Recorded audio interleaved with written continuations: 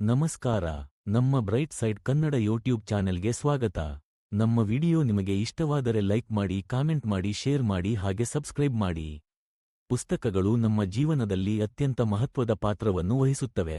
ಇವು ಕೇವಲ ಮನರಂಜನೆಯ ಮೂಲವಾಗಿ ಮಾತ್ರವಲ್ಲದೆ ನಮ್ಮ ಜ್ಞಾನ ಮತ್ತು ಬುದ್ಧಿಶಕ್ತಿಯನ್ನು ಹೆಚ್ಚಿಸುವ ಅಮೂಲ್ಯ ಸಾಧನಗಳಾಗಿವೆ.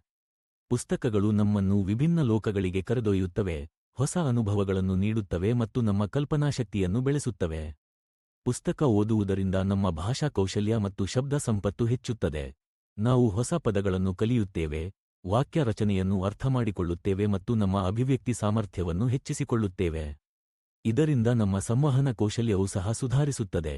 ಇದು ನಮ್ಮ ವೃತ್ತಿಜೀವನ ಮತ್ತು ವೈಯಕ್ತಿಕ ಜೀವನದಲ್ಲಿ ಅತ್ಯಂತ ಮಹತ್ವದ್ದಾಗಿದೆ. ಪುಸ್ತಕಗಳು ನಮಗೆ ವಿಭಿನ್ನ ದೃಷ್ಟಿಕೋನಗಳನ್ನು ನೀಡುತ್ತವೆ ಮತ್ತು ನಮ್ಮ ವಿಚಾರ ವಿನಿಮಯವನ್ನು ವಿಸ್ತರಿಸುತ್ತವೆ. ವಿಭಿನ್ನ ಸಂಸ್ಕೃತಿಗಳು, ಧರ್ಮಗಳು ಮತ್ತು ಜೀವನ ಶೈಲಿಗಳ ಬಗ್ಗೆ ತಿಳಿದುಕೊಳ್ಳುವ ಮೂಲಕ ನಾವು ಹೆಚ್ಚು ಸಹಿಷ್ಣು ಮತ್ತು ಅರ್ಥಮಾಡಿಕೊಳ್ಳುವ ವ್ಯಕ್ತಿಗಳಾಗುತ್ತೇವೆ. ಇದು ನಮ್ಮನ್ನು ಉತ್ತಮ ಮಾನವರನ್ನಾಗಿ ಮಾಡುತ್ತದೆ.